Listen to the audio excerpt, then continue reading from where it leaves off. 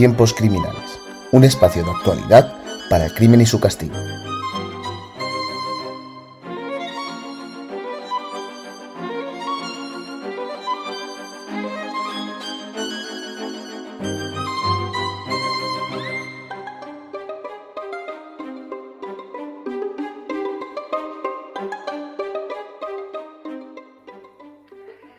Bienvenidas y bienvenidos a un nuevo programa de Tiempos Criminales, un espacio de actualidad sobre el crimen y su castigo.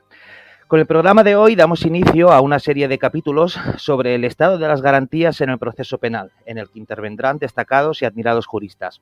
En este programa contamos con la presencia del ilustre profesor doctor don Javier Bosch Reig, catedrático de Derecho Penal de la Universidad de Valencia. Personalmente, me hace especial ilusión la presencia hoy aquí del doctor Bosch, a quien no solamente tengo en alta admiración académica, sino también práctica, pues como nuestros radioyentes sabrán, el doctor Bosch no solamente ha destacado a lo largo de su carrera como un brillante académico, sino también como un brillante abogado, habiendo participado en numerosos procedimientos de rigurosa complejidad y, sobre todo, de notorio interés público y mediático. Así que, con estas breves palabras, doy paso a mi compañero, el doctor Luis de las Heras, para que realice la introducción sobre el tema que abordaremos hoy y, a su vez, de paso al doctor Bosch Reig. Me sumo al agradecimiento y resulta especialmente emocionante contar hoy con el profesor Boix, uno de los máximos exponentes del garantismo penal en España, y más hoy que vivimos una época en la que el derecho penal ha dejado de ser última ratio para alzarse como un poderoso instrumento político, y con ello el derecho penal vigente es un mero reflejo de la respuesta punitiva que el ciudadano desde su convicción ideológica reclama. Hoy las propuestas, además despenalizadoras, son miradas la mejor de las veces con recelo por la sociedad.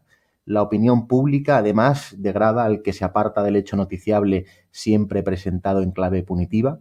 Y el garantismo, en términos generales, está mal visto porque garantismo es sinónimo de obstáculo. Y nos encontramos que, identificado un aparente culpable, la sociedad demanda su enjuiciamiento y condena inmediata. De hecho, el mantra antigarantista invade todas las facetas de nuestra vida e incluso para juristas es natural hablar ya de presunto culpable como si pudiera presumirse simultáneamente la inocencia y la culpabilidad. Se es presunto inocente o presunto culpable, pero las dos cosas a la vez no es posible. Y por último, tampoco podemos perder de vista que todos somos potenciales delincuentes y que una barbaridad jurídica no puede perseguirse con una barbaridad jurídica aún más grande. Al menos no se puede si queremos conservar el Estado de Derecho, en el que los derechos fundamentales son el eje de todo.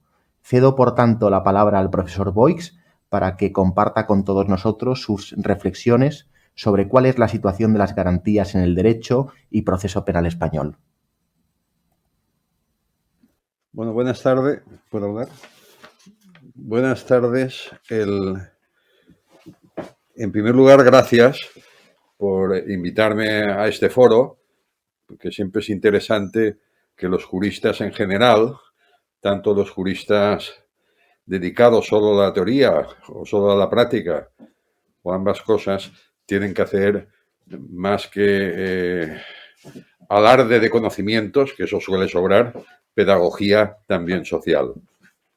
Y ya lo ha anunciado en la presentación que al hablar de potenciales delincuentes los ciudadanos tiene razón, porque las garantías que establece la Constitución van dirigidas a todas y todos por igual.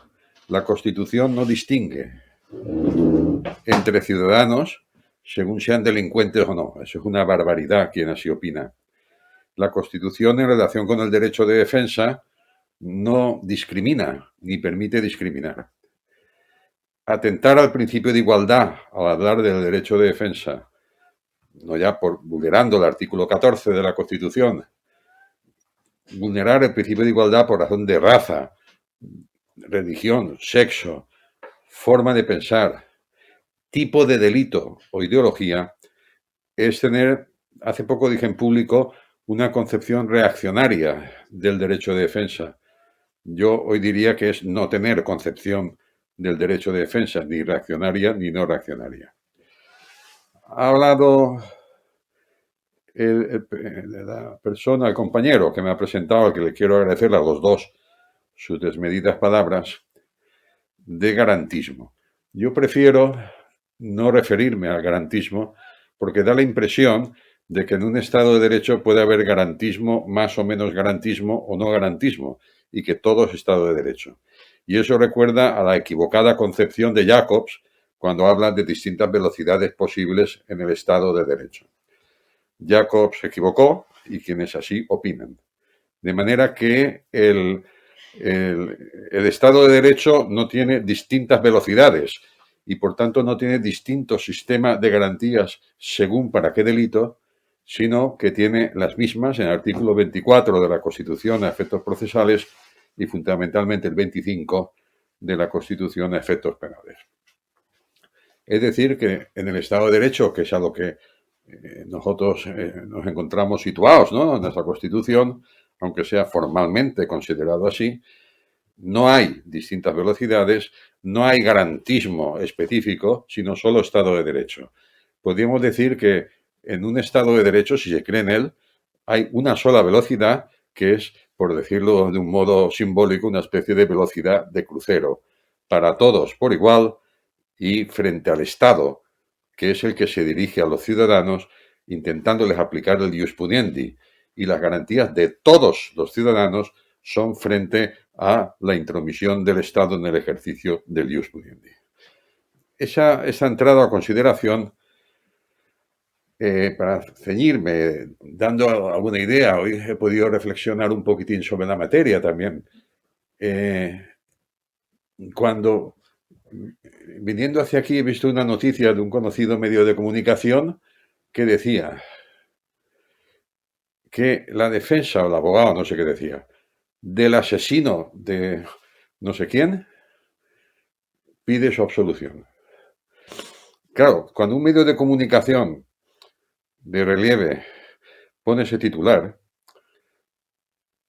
ya califica de asesino a quien ni siquiera ha sido juzgado, nos encontramos con la paradoja de que el medio de comunicación no solo configura el llamado juicio paralelo, de que si queréis podemos hablar, sino que transmite opinión pública, crea opinión pública de un modo absolutamente errático.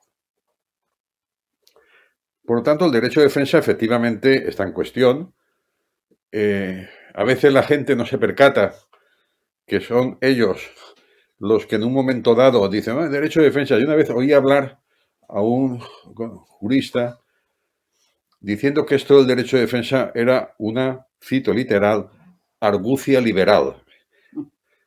Claro, quien así opina, por otra parte, al que tengo gran afecto, no por haber dicho eso, quien así opina, pues o precisa lecturas más detenidas sobre cuál es el origen del sistema de garantía de nuestro Estado de Derecho, que efectivamente todo el conjunto básico, principio de legalidad, etcétera, de garantías, se incardina y parte de todo el movimiento de la Ilustración y todo desarrollo político posterior, pero hoy es incuestionable para todos el mantener esas garantías, cualquiera que sea su origen, porque en el mundo las grandes desgracias que se han producido, no voy a poner ejemplos, son conocidos, por olvidarse de estas garantías, han sido notorias en la aplicación de normas jurídico-formales vigentes que las vulneraban de pleno con dictaduras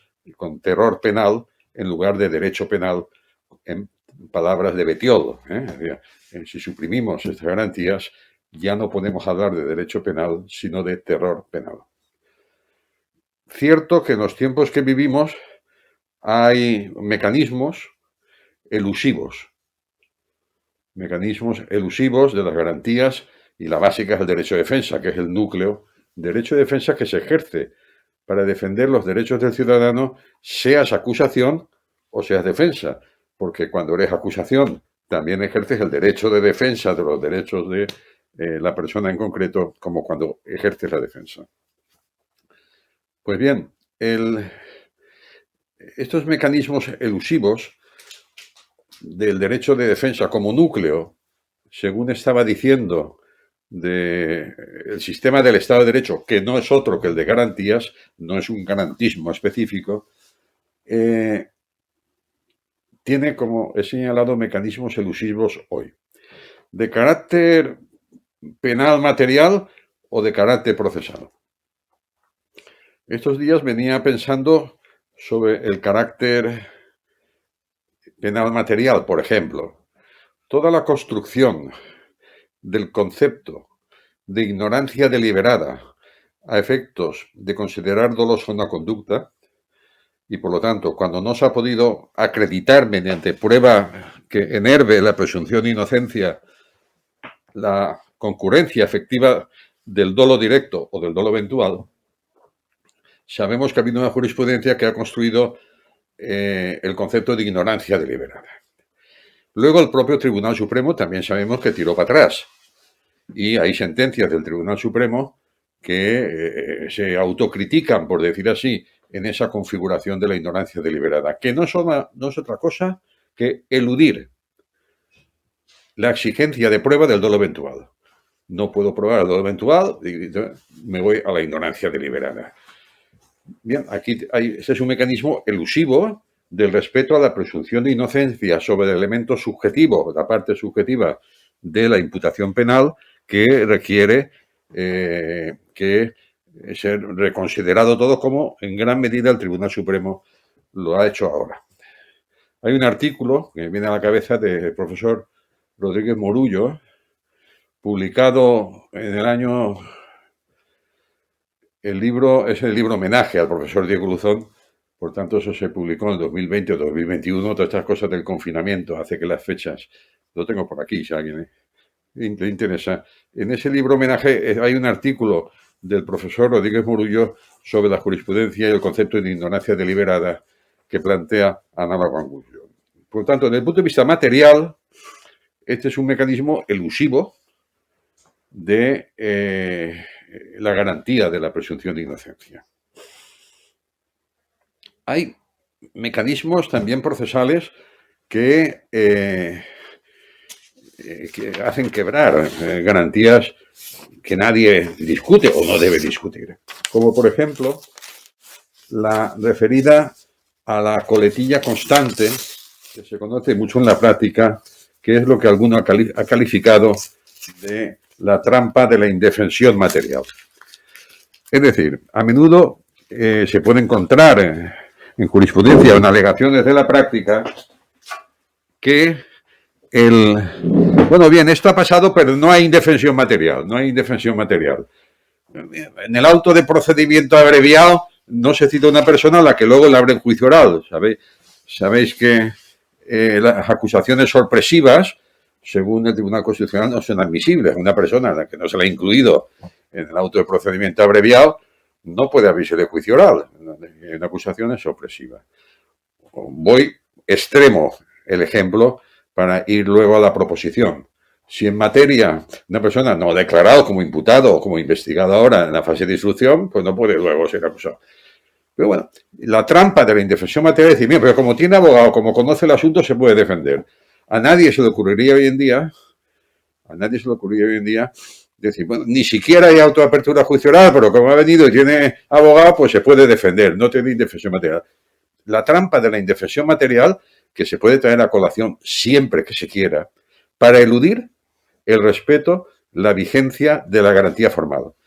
Es decir, que las garantías formales en nuestro Estado de Derecho cumplen una función, y esa función es de seguridad jurídica, y por tanto no está sometida a interpretación.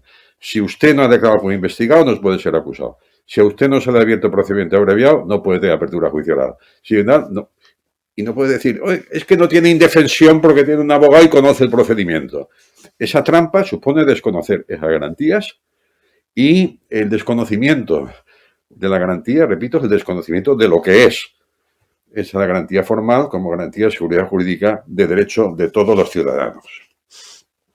Hay una cuestión que desde el punto de vista material, a mí me preocupó desde que se dictó la sentencia del Constitucional relativa en materia de nulidad de la prueba por obtenerse ilícitamente, vulnerando derechos fundamentales de un ciudadano en concreto, pero que es, por lo tanto, de todos los ciudadanos, que es la exigencia que, a partir de un momento dado, estableció el Tribunal Constitucional la famosa teoría de la conexión de antijuricidad, a efectos de que las consecuencias de la prueba ilícita inicial provoque una nulidad de la prueba obtenida posteriormente. Bueno, es suficientemente conocido.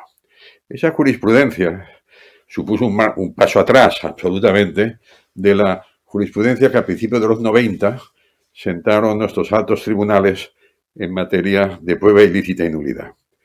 Y produce una restricción efectiva de derechos, mediante mecanismos diversos en los que no voy a entrar, pero que muchas veces encubren el dar lugar a la validez de pruebas obtenidas por una inicial prueba ilícita, investigaciones prospectivas. Es decir, por ese mecanismo se llega a menudo a investigaciones prospectivas que, por otra parte, sabemos que están prohibidas, porque no se puede hacer una investigación prospectiva a ningún ciudadano.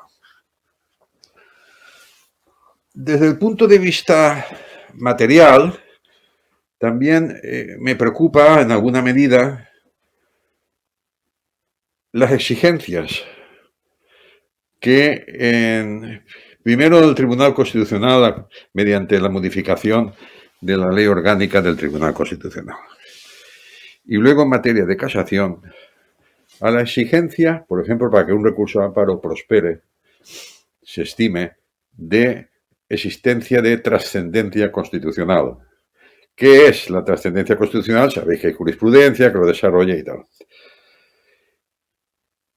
Y luego, en materia de casación, tras las últimas reformas, la exigencia también de una necesidad de trascendencia casacional, lo cual ha dado lugar en la práctica a que se pueden admitir muchas más recursos de amparo y muchas más casaciones, pero a utilizar un criterio valorativo de admisión final de los recursos que queda muy a criterio del tribunal, cuando no debe quedar a criterio del tribunal cuando efectivamente se alega la vulneración de derechos en la línea que estamos hablando. A mí estos temas de la trascendencia me preocupan porque es enviar este elemento valorativo en la práctica al tejado del tribunal en detrimento de la seguridad jurídica de los ciudadanos. Hay quien dice que eso es una política procesal de quitarse papel de la mesa. En otro orden de cosas, en materia procesal, bueno, pues se puede traer a colación todos los problemas derivados del secreto de actuaciones. Problemas derivados del secreto de actuaciones que se prorrogan con ciudadanos que no sabemos si pueden haber cometido un delito o no, pero que están todos en un ay, y ese ay afecta a la salud y a la libertad de los ciudadanos, cuando a su vez no se establecen mecanismos de control de la vulneración del secreto, cuando es un secreto interno en virtud del cual solo conocen de las actuaciones juez, fiscal y en su caso funcionario y policía actuante, o cuando se ha levantado el secreto interno y por tanto cuando hay un secreto interno acordado, quien no puede filtrar son los abogados porque no lo conocen. O cuando se ha levantado el secreto y la gente se cree que esto es jauja y que ya no es secreto, cuando efectivamente conocemos que el enjuiciamiento criminal establece un carácter reservado de las actuaciones hasta que se abre juicio oral, pero normalmente el procedimiento está a disposición de todo el mundo, olvidándose que si en esa segunda fase algún profesional lo hace, al menos tiene responsabilidades deontológicas y desde luego si es un funcionario comete un delito si filtra algo. Pero nunca pasa nada y los derechos de perjudicados que pueden afectarse a su dignidad, a su intimidad y tal, quedan en manos de terceros. Los derechos de personas que luego pueden ser acusadas quedan en manos de terceros y los derechos de personas inicialmente investigadas y luego no acusadas, en lugar de quedar muy protegidos, quedan en manos de terceros.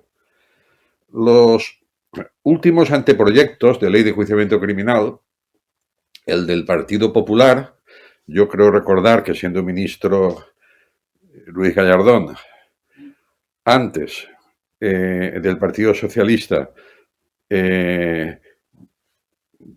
anteproyectos de nuevo Código Procesal Penal, en un caso, de ley de enjuiciamiento criminal, se llamaba en otro, sabemos que, bueno, no prosperaron porque acabaron las legislaturas, y luego en este gobierno, estando el anterior ministro de Justicia, se ha redactado otro borrador de anteproyecto en una comisión presidida por el gran jurista López Ortega, y que yo creo que es una síntesis de aquellos dos anteproyectos anteriores, actualizando sobre todo temas tecnológicos y tal, y poniendo al día la cuestión.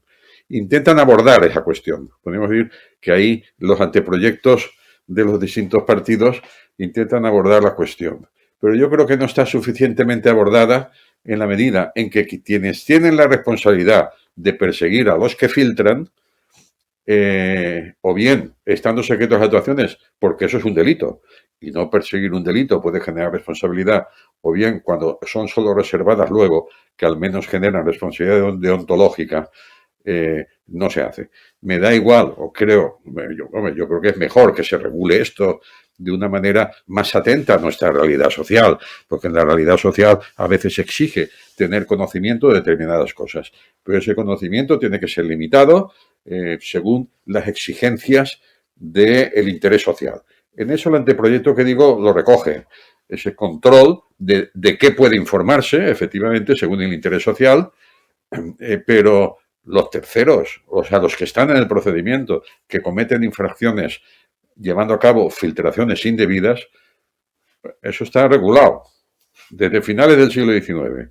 Y, sin embargo, la responsabilidad de no proteger los derechos de nadie, perjudicados, testigos, investigados, etcétera, es de que las distintas instituciones en las que están los operadores jurídicos no actúan en relación con ese tema. Otra cuestión que puede afectar a las garantías que ambos, los tres anteproyectos que he citado, los dos de cada partido y este último, que también se ha paralizado, es la relativa a la incidencia que tienen las garantías el ejercicio en fraude de las acciones populares. No voy a hablar porque se conoce de sobra el papel en nuestro ordenamiento jurídico de las acusaciones populares y el uso fraudulento que a veces hace de ello y, desde luego, el uso que llevan a cabo partidos políticos de distinto signo cuando le conviene ejerciendo acusaciones populares. Este tema tiene que ser abordado porque para eso está el fiscal y, desde luego, fuera de España se llevan las manos a la cabeza con todo el conjunto de acusaciones que puede tener fiscal, acusación particular, populares, etcétera. Y estos anteproyectos coinciden en la necesidad de limitar el ejercicio de la acción popular sin que eso afecte al derecho reconocido constitucionalmente, porque la Constitución dice que se podrá ejercitar la acusación popular en los términos que diga la ley, y limitando únicamente el posible ejercicio de la acusación popular a delitos en concretos y limitando también quiénes pueden ejercer la acusación popular y, desde luego, excluyendo de esa posibilidad, entre otros, a partidos políticos, sindicatos, etcétera. Y exigiendo una vinculación por razón del objeto de quién lleva a cabo la acusación popular en relación con el tipo de delito cometido. Otro tema que afecta, por poner un ejemplo, y creo que voy a ir acabando porque llevo 25 minutos. Me han dicho que 20 a 30 minutos. A las garantías de todos los ciudadanos en un procedimiento, sean perjudicados o sean acusados, es el de los tiempos en el procedimiento. Se prolongan.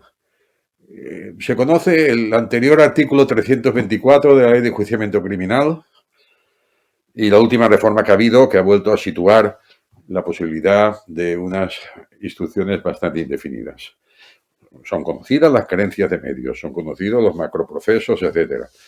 Todo eso está claro, pero los derechos de los ciudadanos, tanto víctimas, dicho en términos criminológicos, es decir, sujetos pasivos, o personas investigadas, tienen derecho a una justicia rápida.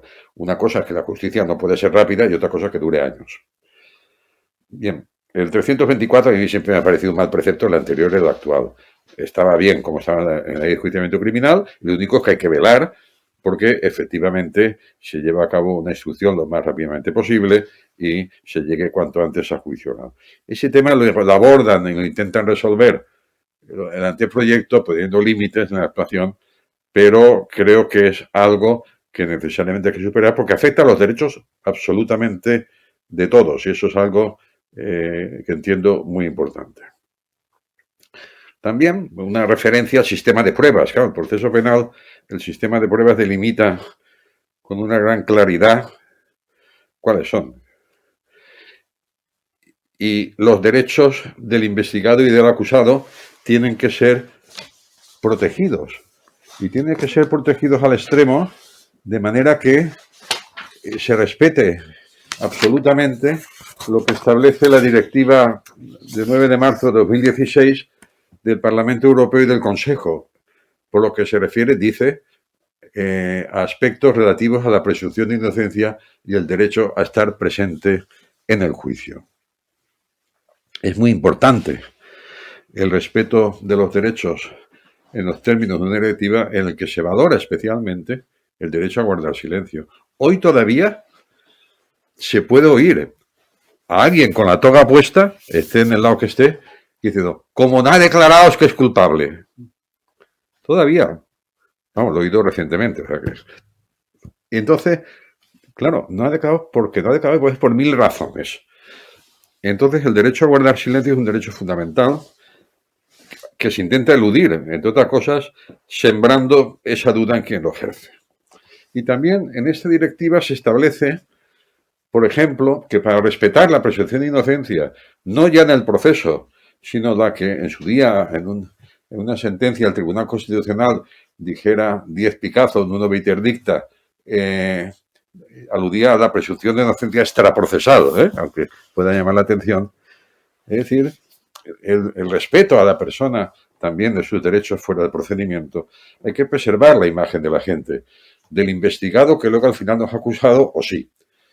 Y entonces la directiva pues dice que el Estado no pueden presentar a un investigado de modo que pueda parecer a la opinión pública como culpable, como no inocente. Y por tanto no puede ser exhibido esposado.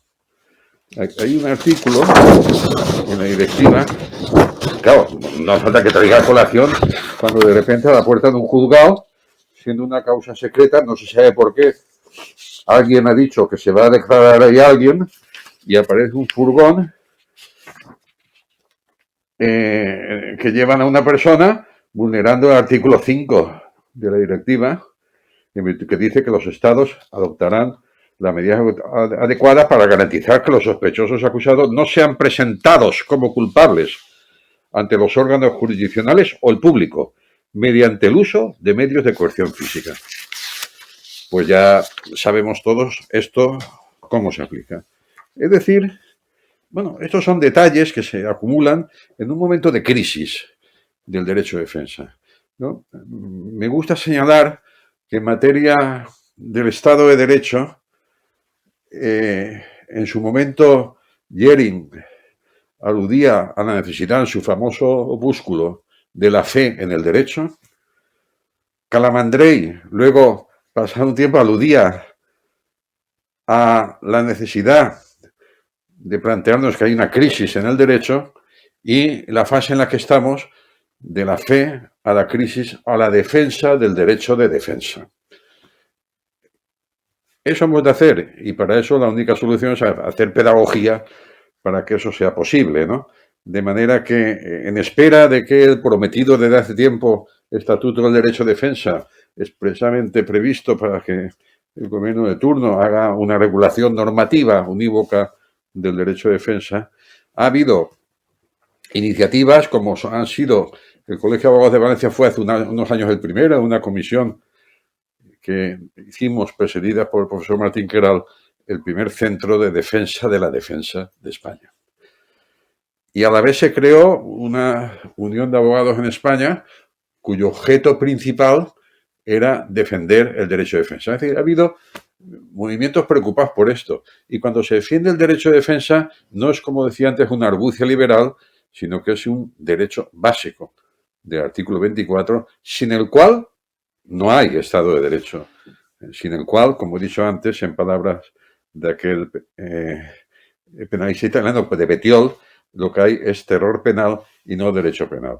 Bueno, tendría algunas cosas más que comentaros, pero la preocupación mía especialmente es la de que hay diversos mecanismos elusivos de las garantías y, desde luego, del derecho de defensa que, sumado en conjunto, realmente da lugar a comprobar que hay prácticas sistémicas de vulneración de dicho derecho que a los juristas yo creo que solo nos queda esforzarnos en que no se desarrollen, esforzarnos en explicarnos, esforzarnos en decir que eso es el derecho de todos y, en la medida en que podamos, intentar que se vaya superando esa situación. Probablemente esta invitación que habéis hecho no sirve para gran cosa, pero por lo menos es para cambiar impresiones, lo que os agradezco. Y de esto lo doy por concluido. Pues muchísimas gracias, profesor Boix, por lo que para mí ha sido una brillante intervención. Creo que se han abordado temas de rigurosa actualidad y, sobre todo, de rigurosa preocupación, no solamente para los, digamos, los teóricos, sino sobre todo para aquellos, ¿no?, que ejercemos la abogacía. Me ha gustado mucho, sobre todo, la referencia que ha hecho usted al siempre polémico Gunther Jacobs, ¿no? Se refería a sus dos velocidades y me ha venido a la cabeza, ¿no?, a la obra de la expansión del derecho penal de Silva, cuando no solamente hablaba de dos velocidades y en la segunda decía aquello de la flexibilización de las garantías en el proceso penal, sino que incluso iba más allá, ¿no?, y hablaba de la tercera velocidad, que en referencia incluso al derecho penal del enemigo de Jacobs, ¿no? Me ha llamado mucho la atención. Como se han abordado temas de mucho interés y especialmente a la famosa conexión de antijuricidad, debo decir que Luis y yo, comentando este programa, se me adelantó y me robó una pregunta que yo quería hacerle sobre la tan polémica conexión de antijuricidad. Entonces, doy paso a Luis para que formule la pregunta que crea oportuna y así podamos abrir pues este pequeño debate o coloquio. Sí, gracias, Víctor. Yo, no obstante, pues al hilo de las reflexiones del profesor Boix, sí que le quisiera preguntar o conocer su opinión, antes de lo de la conexión antijuricidad, sobre una cuestión de la lesión material como causa para eludir las garantías formales. Y es la siguiente reflexión. Con la sentencia del Tribunal Constitucional 258-2007 de 18 de diciembre, se dijo que el derecho a última palabra, si se erosionaba o se lesionaba, si no se acreditaba esa lesión material, pues no tenía trascendencia para decretar una nulidad del procedimiento y retrotraer actuaciones. Pero en la sentencia 35-2021 de 18 de febrero, hace apenas 11 meses, no llega al año, se declaró precisamente la lesión del derecho al proceso con las debidas garantías y a la última palabra, sin necesidad de probar en qué hubiera influido esa última palabra. Por eso le quisiera preguntar al profesor Boix si esta nueva corriente que reinterpreta el derecho a la última palabra puede extrapolarse como un viraje a recuperar la dimensión de las garantías formales sin necesidad de probar o acreditar la lesión material. Por eso precisamente me ha venido esta reflexión al hilo de su intervención. Por eso me resultaría muy interesante conocer su opinión sobre esta cuestión de si con esta sentencia pues hay un cambio o no en la cuestión. Bueno, sí. Vamos, ese tema lo conozco y efectivamente esto coincido de un viraje. Tú no puedes sustituir algo diciendo, si no pruebas la indefensión material, es que casi nunca la puedes probar en caminar. Yo propongo un testigo que considero esencial por esto y por esto. No hay indefensión material. Y la última palabra lo mismo. En un país en que efectivamente sabemos que la última palabra, como elemento integrante del juicio, es el papel que tiene, en donde al final el ciudadano puede decir lo que entienda por oportuno, no hay que decir que hay indefensión material o no. De manera que yo tengo clarísimo que es un paso adelante que haya reconocido que ahí no puede haber aplicarse la trampa de la indefensión material que he calificado antes. Y me acordaba mientras hablaba una vez con un convenio de la universidad, me tuve que ir a La Habana, vivía Fidel Castro, a hablar sobre derechos fundamentales y derecho penal. Durante toda una semana, 4 horas por la tarde. Y por la mañana, lo cual pude hacer sin ningún problema. Por la mañana me llevaron una mañana a la audiencia, lo equivalente a la audiencia provincial, en la que había un tribunal descabinado. La compañera presidenta con los 2 compañeros magistrados del pueblo. Y bueno, entre otros detalles, pero no me voy a alargar, me llamó la atención, primero, que había mucha gente del público y segundo, que utilizaban siempre la última palabra. Es cierto, con respeto absoluto a todas las personas, que todos se alargaban, la antítesis de aquí, incluso hacía algún discurso, pero había un respeto ciego a el derecho a la última palabra, que aquí sabemos que incluso por parte de los abogados y tal, ¿no? De todos los operadores jurídicos está muy deteriorado en la práctica, ¿no? Pero aquello me hizo reflexionar cuando vi en La Habana el respeto que se tenía al derecho a la última palabra en el marco de la exigencia que ya contenía nuestra legislación de ley de enjuiciamiento criminal de finales del 19 y que me alegro de este viraje que has puesto de manifiesto. Y una pregunta, profesor Boix, al hilo de lo que dice. Ayer, precisamente, estuve en la defensa de una tesis doctoral de ahora el doctor Frago, que me pareció brillante, y se trajo a la luz una cuestión polémica, precisamente sobre la última palabra, y es el derecho a la última palabra de la persona jurídica. ¿Usted cree que la persona jurídica tiene también derecho a la última palabra? Sí. Yo entiendo que sí. En la medida en que, y hay alguna jurisprudencia, tengo aquí también cosas sobre persona jurídica, que atribuye los mismos derechos, la medida de investigado, de tal. Entonces, el representante de la persona jurídica en el juicio, lo cual es otro problema delicado, a ver quién quiere ir, porque nadie quiere ir. Pues claro, se tendrá que entrar en el banquillo, me dan la foto, tal. Pero bueno, esa es otra historia. ¿Tiene el derecho o no tiene palabra? Entiendo que sí, ¿vale? De acuerdo, muchas gracias. Tengo por aquí lo que me has preguntado, pero lo he perdido. Sí, yo quería preguntarle también al profesor Boix en relación, ¿no?, al respeto de las garantías en el proceso penal o incluso a la vulneración de derechos, y concretamente mi pregunta va referida a un delito que él conoce sobradamente porque es todo un experto en eso, que es el delito fiscal, ¿no?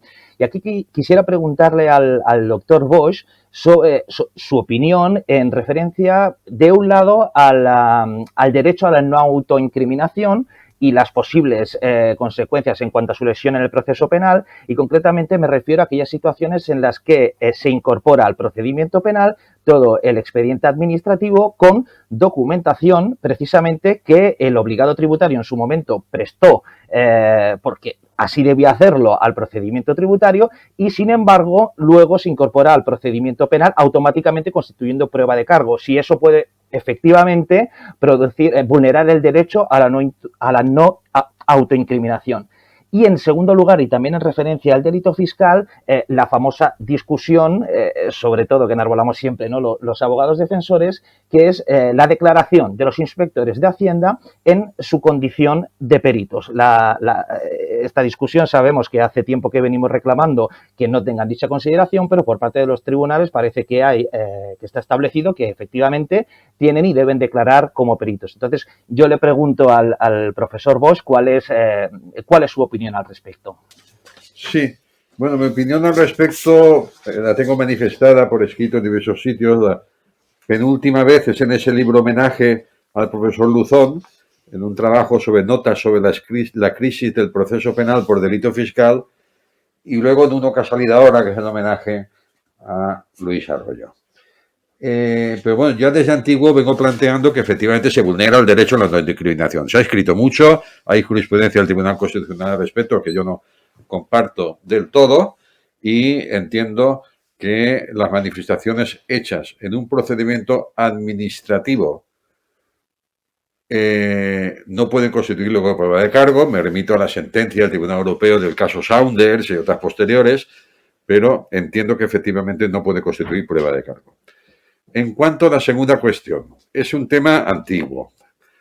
El Tribunal Supremo, hasta, estoy de memoria, lo puedo mirar, pero me remito hasta las últimas publicaciones, creo que es 2006 o por ahí, decía que no podían ser, en algunas sentencias, los inspectores de Hacienda peritos en el proceso, inspectores de Hacienda que hubieran llevado a cabo el informe previo, ¿no?, en el ámbito tributario, que concluía diciendo que hay indicios de delito en el aspecto objetivo y subjetivo, luego en el procedimiento penal no pueden ser peritos, porque es tanto como decir que el denunciante es perito y al final es perito de sí mismo, de lo que él ha dicho. Es decir, lo que yo he dicho está bien dicho, lo digo en el juicio y ya estoy condenado. Para eso no hace falta un juicio y un proceso penal.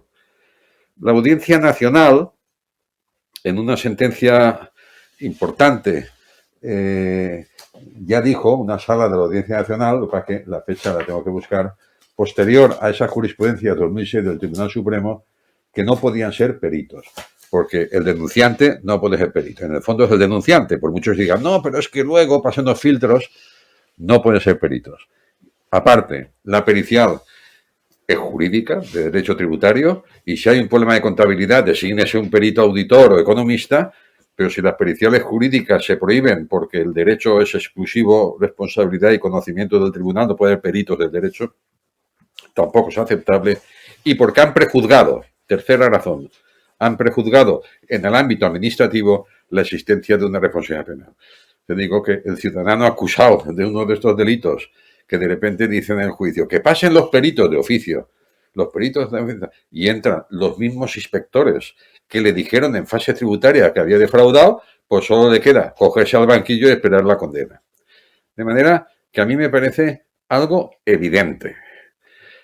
El anteproyecto este último de ley de enjuiciamiento criminal establece una causa específica de recusación en el artículo relativo a las recusaciones en materia de prueba pericial del hecho en general, no solo de Hacienda, porque hay otro tipo de procedimientos, urbanismo, etcétera, en donde puede suceder lo mismo, el hecho de un funcionario que haya intervenido en un expediente administrativo previo determinando la concurrencia de indicio de delito que no puede ser perito, causa de recusación. Si bien luego, yo creo que para no provocar una situación, no sé por qué, se van a la fórmula de testigo perito, lo cual yo creo que no arregla la situación, sino que la enturbia. Dicho lo cual, yo creo que la jurisprudencia, que es ahora la que efectivamente acabas de decir, está equivocada totalmente, porque confunde la contaminación objetiva con la subjetiva. Confunde la falta de imparcialidad objetiva con la subjetiva. Dice, los funcionarios, por ser funcionarios, son objetivos imparciales y, por tanto, pueden ser peritos. Eso tiene que ver con la concurrencia de un elemento subjetivo de pérdida de imparcialidad. Como soy funcionario, no he perdido esa imparcialidad. Lo confunde con la objetiva. La objetiva es haber sentado un criterio previo que es conocido por el ciudadano, que te condiciona a tu intervención posterior. Y como la imparcialidad, según la jurisprudencia del Tribunal Europeo de Derechos Humanos, es una garantía del ciudadano que tiene que percibir que el tribunal y también la prueba pericial de oficio se produce con garantía de imparcialidad, si el ciudadano percibe que eso se ha perdido, no pueden ser peritos. Por tanto, esa misma jurisprudencia, que nadie lo duda en materia de jueces, la famosa de que el juez que instruye no falla, ¿por qué yo me he de fiar más de un funcionario de la universidad, por ejemplo, de trabajo o de Hacienda, que de un juez? La función judicial es lo máximo y lo más complicado que hay en este país, es muy difícil. De manera que yo lo que creo es que esa jurisprudencia del Supremo está equivocada, confunde lo que es la imparcialidad subjetiva con la objetiva y, desde luego, elude la aplicación de la jurisprudencia del Tribunal Europeo. Pues muchas gracias, profesor Bosch, por su respuesta. No sé si Luis tiene alguna pregunta más. Bueno, más que una pregunta es, si muy sintéticamente, y lo ha apuntado ya en sus reflexiones, ¿qué opina de el afloramiento incansable de nuevas teorías para siempre decir que una prueba obtenida violentando derechos fundamentales se rompe la conexión de la antijuridicidad y, por tanto, toda la prueba derivada se salva y es válida? ¿Qué opina al respecto sobre el viraje del Tribunal Supremo y el estado de la cuestión? Creo que ya lo he dicho, que no entiendo que está equivocado. Esa concepción es equivocada. una prueba nula. Lo que pasa es que la gente piensa en eso de la argucia liberal, y entonces el bueno es quien vulnera el derecho para conseguir una prueba y el malo es el supuesto delincuente. Y entonces nosotros tenemos que hacer pedagogía. No hay buenos o malos, hay ciudadanos. De manera, a mí me parece mal, ya lo he dicho antes y lo confirmo ahora. De acuerdo, muchas gracias, profesor Boix. Pues con esta última intervención damos por concluido el programa de hoy. Agradecer enormemente al profesor Boix que se haya prestado a participar en este humilde podcast sobre Derecho Penal, y también aprovecho para agradecer a la doctora Paz Lloria, que está acompañando como discípula a su maestro, el profesor Boix, y que nos ha facilitado también todo el trámite tecnológico para que dentro de todo no hubiera ningún tipo de problema. Muchas gracias a ambos. Paz, muchas gracias. Gracias a vosotros por vuestra invitación y haber podido reflexionar un rato con vosotros. Muchas gracias. Un abrazo. Pues concluimos el programa. Un abrazo a todos.